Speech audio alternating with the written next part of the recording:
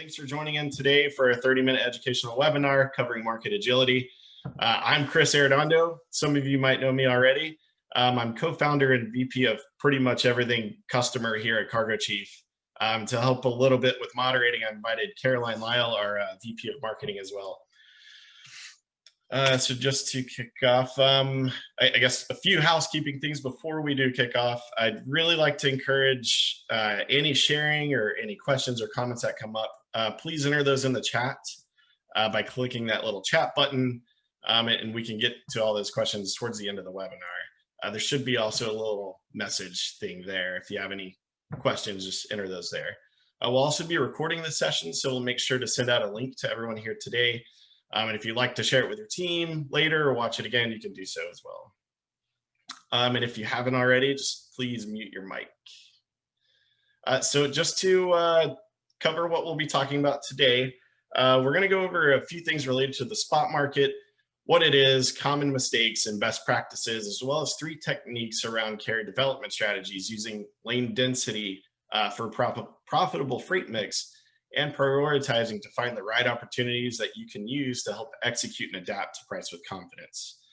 Let me move this thing out of the way. I'm sorry, I got some technical things going on here. I've got this funny Zoom green bar that loves to get in the way when I do demos. So let's see here.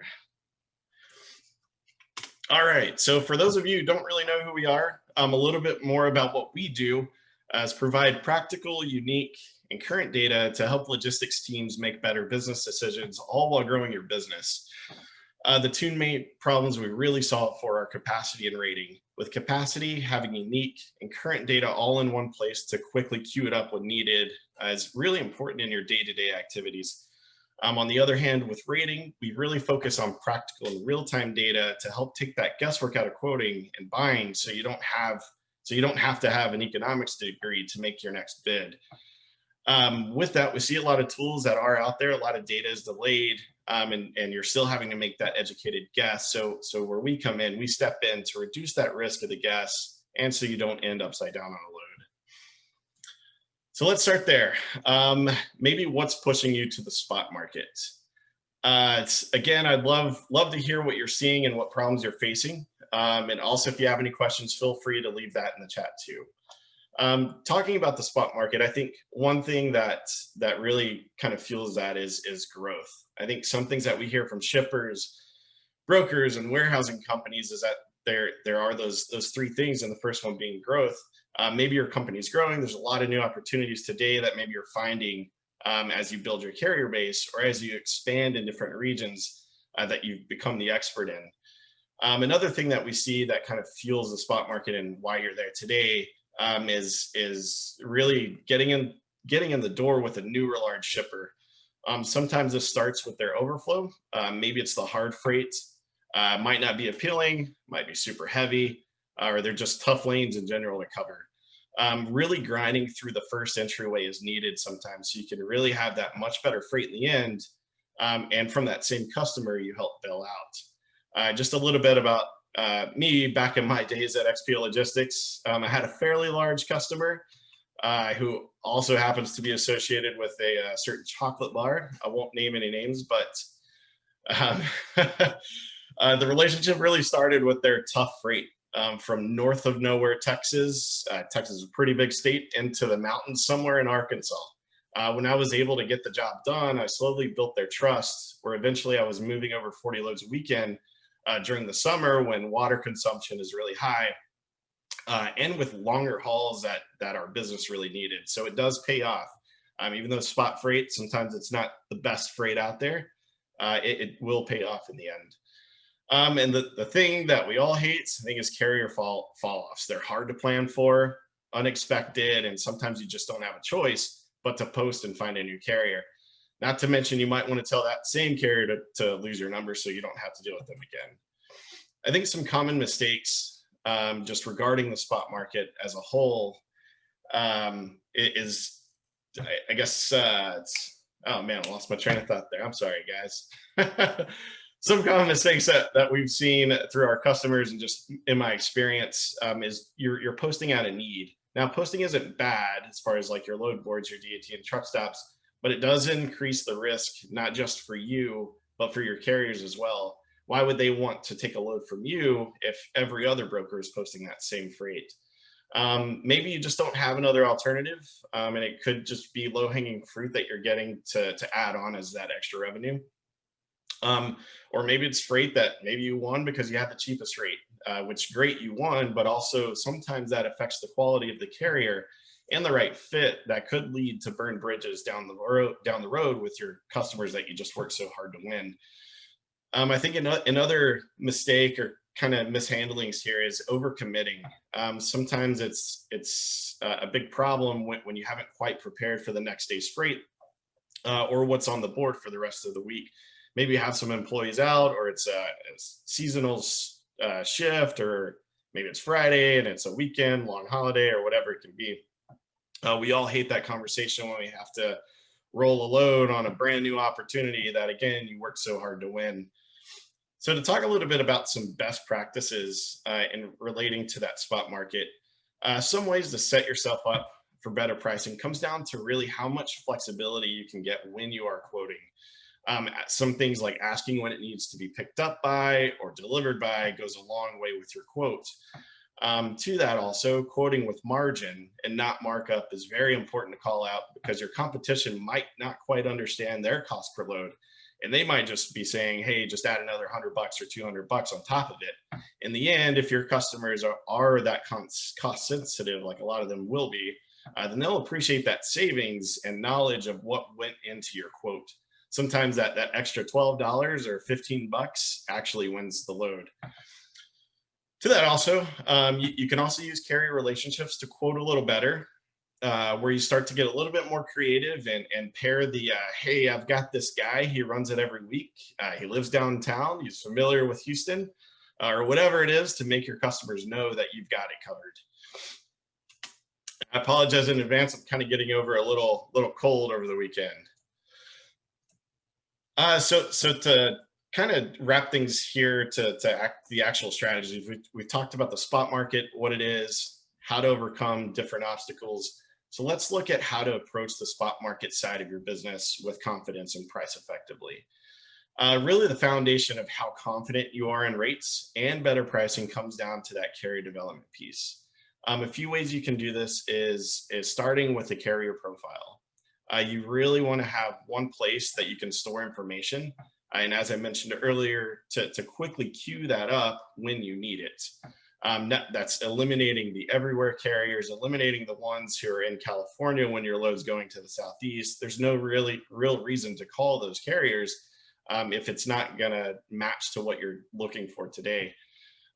There are a few methods I hear that this is done, whether it's on a sticky note, in Excel, which I've used in my past as well, a share drive, which I've used as well, or a notebook that's just sitting on my desk and I'm flipping through it. It's still a very important part of that procurement process. So you're tracking all that information and you can have it in one place. To piggyback on building that carrier profile, you should also spend every call procuring. I think when a carrier calls in on posted loads, you don't want to just hang up because they weren't empty in time, or for whatever reason they didn't fit for that load that you had, but maybe jot down at least who they are, what they like to run, how often they run those lanes, and add that into your carrier profile. So again, you have it all in one place, and that 5-minute phone call wasn't wasted. On top of that, when you are pitching out spot freight, or loads in general to carriers, you always want to be transparent on those load requirements. Things like tarp sizes, weights, especially. In my past, when that load was 43 or 44,000 pounds, and the carrier told me he had a reefer, or they didn't tell me they had a reefer. Come to find out, they can't scale the weight and they had a reefer. So it's very important that you're really transparent, so there aren't any surprises. And so also you have a more holistic quote when you're working with your shippers. Some good things to talk about are commodities, types of freight, whenever you're reaching out to carriers and being transparent, and even corridors. So you're not just trying to book that load or get a quote. You're also taking that knowledge from the carrier, and you're learning from them and using that information when you're pricing out your new freight, so you can price confidently on your next similar bid. Maybe your customer comes back to you and says, hey, I have this load again. Well, last time you had the same load and had a lot of trouble covering recycled material out of Chicago going to Columbus, popular lane, but it was recycled materials. Was it clean? Was it dirty? Or whatever it is, bales, bends, all that knowledge is it helps you go a long way whenever you're making your quote, where your customer will really appreciate that knowledge that you have. Another strategy is to use regular carriers to pre-book with. These are carriers that are already complied, they're ready to go, they're set up. There's literally no onboarding time spent. The more you pre-book with them, the more they'll be in favor for your next quotes, even if you're just fishing around a lane, so you don't have to ghost post. To that also, using those relationships to drive your conversation when quoting with spot freight gives your customer a lot more confidence too, and you'll have a much better experience working together, even if it's just for the first time. I think in the service industry, that first impression goes a long way. Another tactic that's been helpful to me in the past is using a lane density to build a profitable freight mix. Kind of like I was saying earlier, using those carrier profiles to find the lanes that you have complete coverage on gives a much more clear picture on what regions you have a competitive edge in. I think you'll start to find yourself quoting or winning more freight around certain territories or regions where you're the expert in. That's because you spent the time building out your carrier base, making that profile, procuring on every phone call. So that good knowledge should be shared. You'd be surprised here at Cargo Chief how many times we've bounced around ideas, workflows of customers to help deploy one feature that in the end drove a whole new workflow, like projects is what we call it in our tool called C4. It's that knowledge, that bouncing around really starts to queue up different ideas amongst you or your team. Similar to a brokerage, talking about these things learned with your team every week or so, you'll start to capture where you exactly excel at and start to group on how your team is pricing. This can be done by regions. Maybe you're winning a lot of freight in the Southeast, and start to ask why. Why am I winning so much? After talking with your team or amongst each other, you might find out that most of your carrier base, for example, is based out of Georgia. I think going from a brokerage back, starting my career at CH, the next PO, and a few others, going from a brokerage to a tech company, I found a lot more useful tools to group things as far as like customers, features that I really wish I had as a broker. So I'd be happy to share some of those ideas and tools at the end or after the webinar if anyone wants any information on that. When building your freight mix, some questions you want to ask is do I really want to get into markets that I'm not familiar with, or should I stay in the regions that I'm the expert in? To comment on this, don't be afraid to say no, spot market or contractual. You really want to build a freight mix that works for your business. In the end, you'll be able to quote a lot more effectively, maybe even on the fly, so you won't have to go through your rating tools or historical analysis, whatever it is. You have a great understanding of that market, and maybe it's on the phone. Your customer gives you a call and you can quote that much more seamless.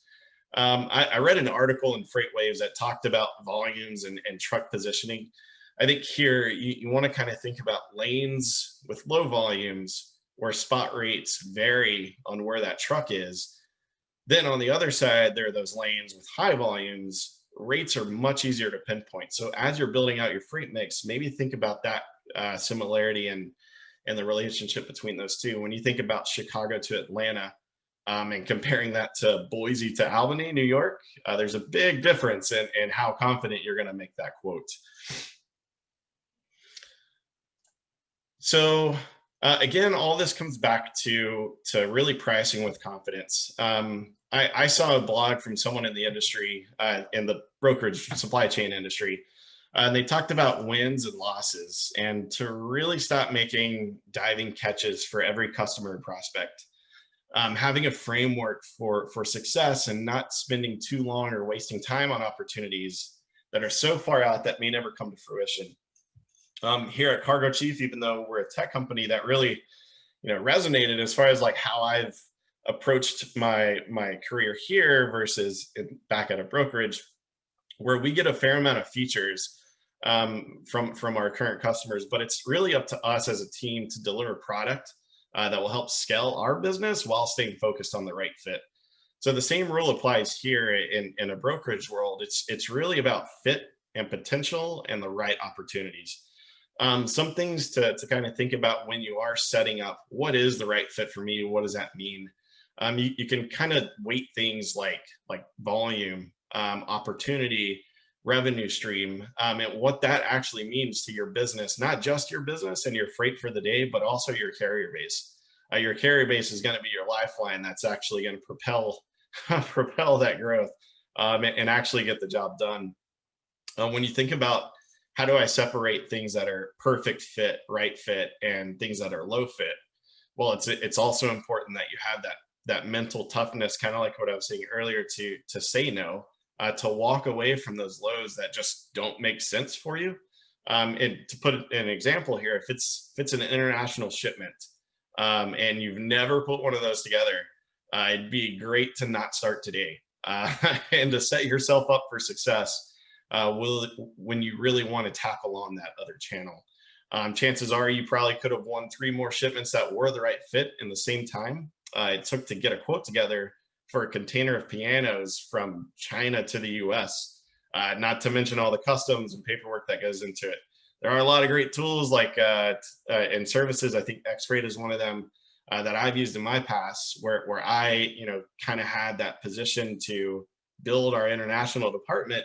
But it was so difficult and took so much time, even though there were other companies that were the experts. It still required a lot of effort on my end for low margin freight, high competitive shipments, and things with a lot of liability, frankly.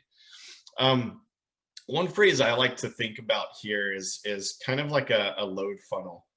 Think about your customers and your sales funnel, and phrasing those lanes, maybe grouped by commodity, trailer type, or region, to build out a load funnel that works for your business, where you're taking typical CRM language, something totally unrelated to the industry, in life cycle stages like lead, prospect, converted, and associate that to fit exactly what you do. I think here at Cargo Chief too, we've kind of adopted that phrase load funnel, and it really resonates with how a lot of brokers are booking their freight, whether it's projects or adding in a one-off load. They're really grouping these things by commodity, customers, trailer types, revenue streams, and all these things that really build and complete that load funnel. To that also, it's important to measure what works and what doesn't. I think here, being in a tech company, we really try to understand what worked and what didn't work. Why did it take so long to do something, or why was it so ineffective whenever we launched a feature? So you can really start to see the benefits and what's winning you more freight and how to price confidently. That's pretty much everything. That went a lot faster than I expected it to. But before we conclude here, I guess let me see if there are any questions that I can help answer. I don't think there are any in the chat. But if anyone has a question, I'm open to taking one or two. If you have a question, you can I think there's a raise your hand button somewhere in there.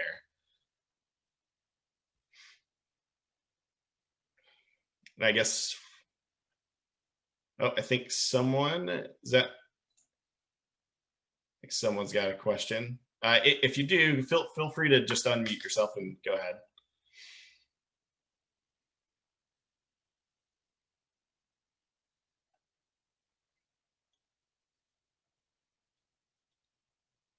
All right. I think just to kind of answer a little bit here, I think some common questions that I've heard, at least when going through this, typically it's this kind of it's webinar. It's talked about a lot through our demos whenever we're demoing our product. I think one common question is how do I mean, just frankly, how do I do this? And again, it's really just to reiterate back to building a carrier profile, find what works for you.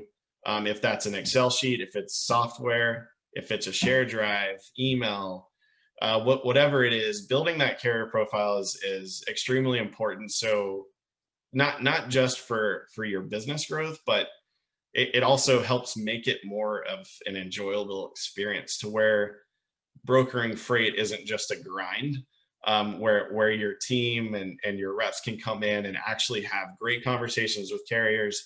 They're not posting freight anymore. That they're able to send out their available loads just like a menu from McDonald's, and their carriers can select it. That having that carrier profile is really important so you can achieve those goals that streamline that efficiency. I'm not sure if there's too many more questions. And again, I think I said it in the end. Oh, so I think we got one here. Yeah, so talking about margin, the question is, can you speak a little more about margin versus markup? I think every company has your margin goals, if you're at that stage now. So I think, an average margin before COVID was probably, I don't know, 12% or so, depending on your length of haul. Where your longer hauls, the lower the margin. Where I guess as COVID came, I started to see a lot more team activity and companies really wanting team or shippers trying to get their freight out urgently and quickly. When you have a pinpoint of what that margin should be on something like that, it's going to go a lot further than just adding $200, $600, $300 or whatever it is. When you understand that that 1%, 2% margin on urgent freight like this cross country is actually, I don't know, maybe $600 in margin.